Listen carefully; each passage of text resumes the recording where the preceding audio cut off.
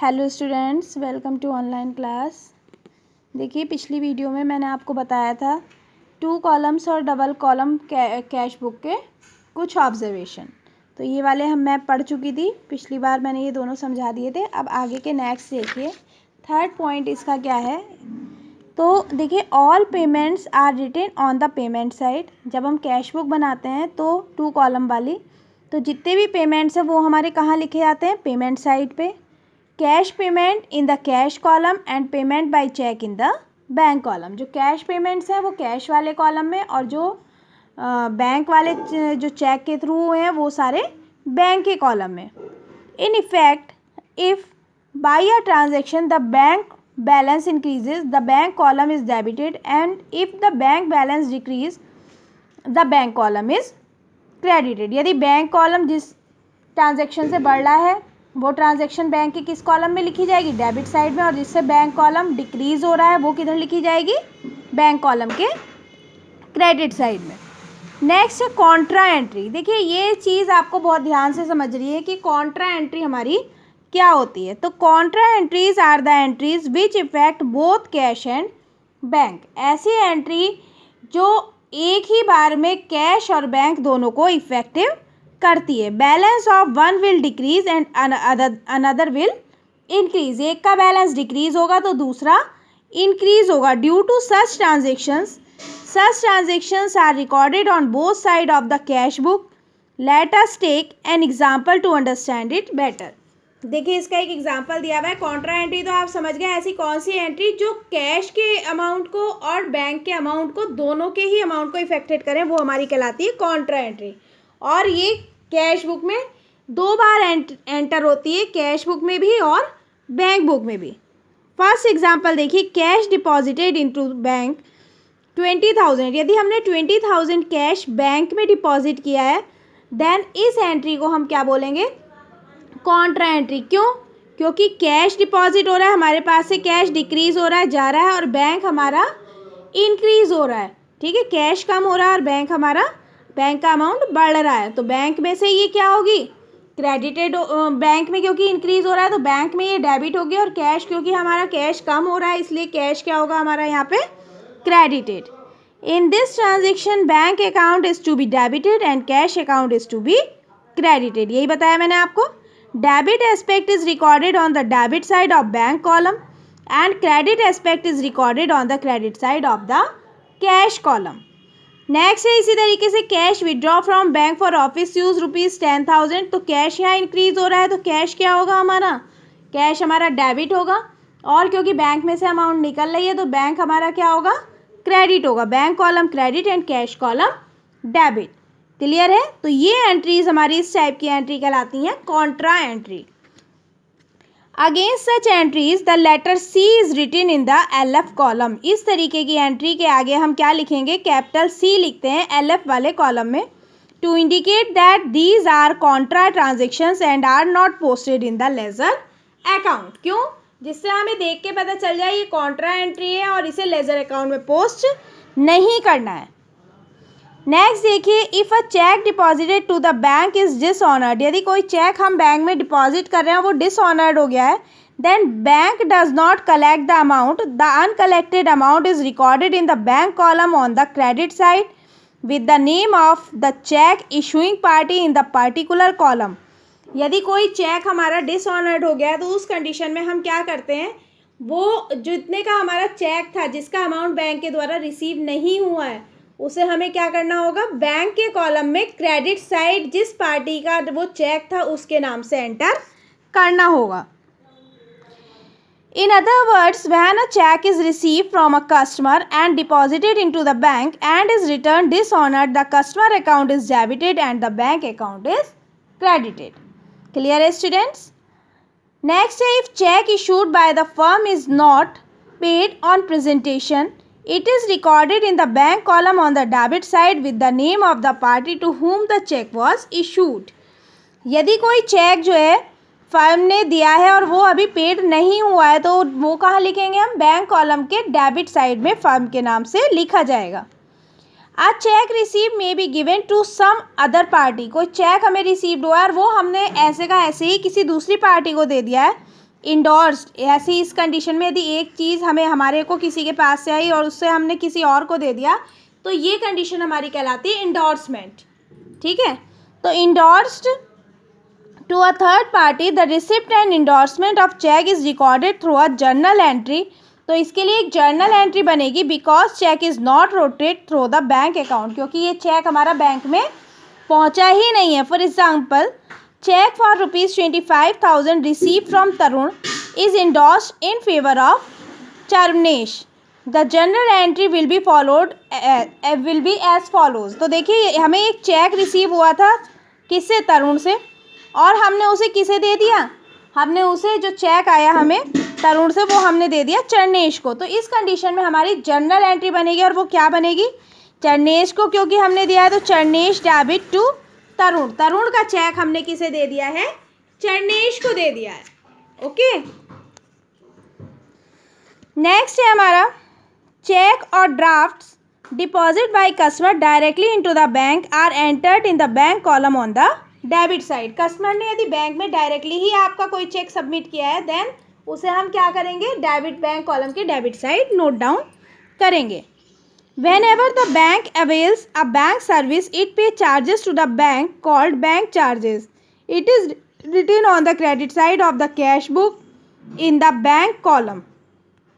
इसे हम क्या करेंगे, यदि कोई बैंक जो है कोई बैंक चार्जेस अपना ले रहा है किसी सर्विस के बदले तो उसे कहाँ लिखेंगे, credit side of the cash book bank column में। हम कैश बुक की बैंक कॉलम में क्रेडिट साइड इसे हम नोट डाउन करेंगे।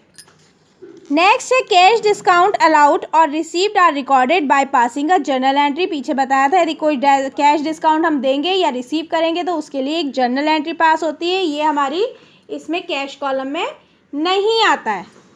नेक्स्ट है डिस्काउंट में be allowed when the payment is received by cheque if the cheque is dishonoured. Discount allowed is written back by passing an entry in the journal proper. Cheque के थ्रू कोई payment हुआ है हमने और discount allowed किया है या रिसीव किया है, देन उस कंडीशन में यदि चेक हमारा डिसऑनर्ड हो गया तो हमें क्या करना होगा, जनरल एंट्री के थ्रू एक रिवर्स एंट्री बनानी होगी। However the entry for bank is pass in the cash book. Similarly cash discount में be receive when payment is made by cheque. If the cheque is dishonoured, discount received is written back by passing an entry in the journal proper. Entry for bank is recorded in the cash book. Clear है। अब देखिए हमारा ये illustration देखिए आप, ये cash book वाला 2 column cash book का दिया हुआ है। तो फर्स्टली तो देखिए पहले हम इसका परफॉर्मर देख लेते हैं। ऊपर कैश बुक कैपिटल लेटर में आ गया क्योंकि ये 2 कॉलम वाली है, ब्रैकेट में 2 कॉलम डाला, इधर डेबिट साइड और इधर क्रेडिट साइड। अब देखिए फर्स्ट कॉलम डेबिट साइड और क्रेडिट साइड में कितने कितने हमारे कॉलम्स बनेंगे, 5 इधर और 5 इधर। पहला डेट का, फिर पर्टिकुलर्स का, फिर लेजर फॉलियो, फिर कैश एंड बैंक। इसी तरीके से date, particulars, ledger folio, cash and bank. First transaction है cash in hand ₹15,000 and cash at bank 50,000। ये हमारे पास पहले से ये बैलेंस है यानी प्रीवियस ईयर का है, तो किस नाम से आएगा, टू बैलेंस बीडी और डेबिट साइड में ये आ जाएगा जिस डेट में है। तो देखिए 1 March to balance BD cash column में 15,000 और 50,000 बैंक कॉलम में। Purchase goods for cash 6,000। Goods purchase किया है हमारा कितने रुपीज़ का, 6,000 रुपीज़ का गुड्स हमारा परचेज किया है। तो इसमें हमारा क्या होगा, अब देखिए इसमें क्योंकि स्टार मार्क है और नीचे कहा भी गया है transaction mark with star are subject to CGST and SGST at the 6% each. यानी इस पर क्या बनेगा, 6% CGST लगेगी और 6% हमारी SGST लगेगी। तो गुड्स परचेज किया, कैश हमारे पास से गया 6,000 रुपीज़ का, तो परचेजेस में से क्रेडिट होगा ये। देखिए इधर आ गया ये वैसे कैश क्योंकि गया डिक्रीज हुआ तो 6,000 इधर आ जाएगा बाय परचेज अकाउंट 6,000 और इस पे लगने वाली CGST SGST आ जाएगी इसी डेट में अलग से by input CGST and by input SGST 360 rupees. Clear है। नेक्स्ट है डिपॉजिटेड इन बैंक ₹5,000। ये कॉन्ट्रा एंट्री है, हमने अमाउंट डिपॉजिट किया बैंक में, ठीक है। तो कैश हमारे पास से क्या हो रहा है, डिपॉजिटेड इन बैंक 5,000। तो इसमें हमारा क्या हो रहा है, कैश अकाउंट से बैंक में क्योंकि 5,000 रुपीज़ आ रहे हैं तो बैंक कॉलम में तो इंक्रीज़ हुआ है तो डेबिट हो जाएगा। इसके आगे हमने कॉन्ट्रा एंट्री का C लगाया। अब कैश क्योंकि डिक्रीज हो रहा है तो कैश कॉलम में 5000 आ जाएगा हमारा बैंक के नाम से कि हमने ये कहाँ जमा किया, बैंक में, और इसके आगे भी हम सी डालेंगे, दोनों साइड आ गया। नेक्स्ट है कैश सेल्स, तो इस पर भी CGST SGST लगी। कैश सेल्स किए तो 10,000 हमारे पास आए, इधर आ गए टू सेल्स अकाउंट, और इस पे आउटपुट CGST और SGST हमने 6% लगाई, 600। नेक्स्ट है cash withdraw from bank for office use, ये भी कॉन्ट्रा एंट्री है। कैश विड्रॉ किया है, कैश हमारा इंक्रीज हुआ है तो 2000 कैश कॉलम में आ जाएगा contra entry, and 2000 bank column में आ जाएगा कॉन्ट्रा एंट्री, डबल बार एंट्री हुई। Receive cash from Damini ₹3000 allowed her discount of ₹100 against dues, हमें दामिनी से कितने रुपीज़ रिसीव्ड हुए, 3000, और 100 रुपीज़ का डिस्काउंट अलाउड किया, तो डिस्काउंट अलाउड की एंट्री हमारी जर्नल एंट्री बनेगी, और 3000 की एंट्री हमारी यहाँ पे बन गई, दामिनी से रिसीव हुआ है हमें 3000। नेक्स्ट है receive cheque from Nirmal 2000 and allowed her discount, तो डिस्काउंट की अलग बनेगी एंट्री, और 2000 निर्मल के आ जाएंगे क्योंकि चेक के थ्रू आए हैं तो बैंक कॉलम में आएंगे 2000 रुपीज़। इसी तरीके से received a post dated cheque 23 March 2019 from Deepak ₹5000, एक पोस्ट डेट आगे की डेट का एक चेक हमें मिला है 5000 दीपक से, ठीक है। तो ये हमें जो है पोस्ट डेटेड चेक है, कोई दिक्कत वाली बात नहीं है। इसे हम किधर लिखेंगे कि बैंक कॉलम में 5000 23 डेट में, क्योंकि 23 का है तो बैंक में भी हम कब लगाएंगे इसे, 23 डेट में, ओके। तो हमने इसे कहाँ लिखा 5000, ये देखिए चेक इन हैंड, अभी हमारा ये कहाँ है, हमारे पास है, तो चेक इन हैंड आ गया हमारा 5000। नेक्स्ट है check receive from Deepak deposited in the bank, ये हमारा क्योंकि अभी हमारे हाथ में था, जब हमने लगाया किस डेट में इसे 23, तो इसकी एंट्री हम कहाँ करेंगे 23 डेट में, क्योंकि हमें पहले ही मिल गया था तो इसकी एंट्री किस नाम से होगी, दीपक के नाम से नहीं, चेक इन हैंड के नाम से हमने 23 डेट में इसकी एंट्री की थी। नेक्स्ट है issue cheque of ₹2500 to Chandar, he allowed discount, तो डिस्काउंट की जर्नल एंट्री बनेगी और 2500 की हमारी एंट्री बैंक कॉलम में आ गई टू बाई चंदर के नाम से। इसके बाद है हमारी withdraw from bank for personal use, ये पर्सनल यूज़ है, ड्राइंग से हमारी 1500, तो ये देखिए यहाँ आ जाएगा 1500 बाई ड्राइंग्स अकाउंट के नाम से बैंक कॉलम में। Sold goods on credit to Ashok Mitra ₹40,000, तो इसमें कैश का इन्वॉल्वमेंट है ही नहीं इस एंट्री में, तो ये एंट्री इसमें पास नहीं होगी। कैश बुक में कौन सी एंट्री पास होती है, जिसमें कैश का जो है इन्वॉल्वमेंट हो, कैश हमें मिले या कैश हमारे पास से जाए। परचेज गुड्स ऑन क्रेडिट, ये एंट्री भी इसमें नहीं होगी क्योंकि क्रेडिट है, कैश का इन्वॉल्वमेंट नहीं है।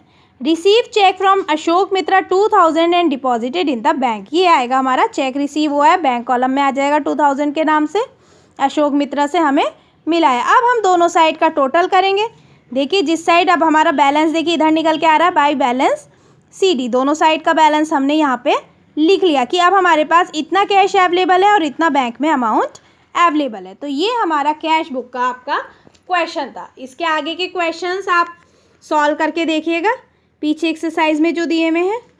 Thank you.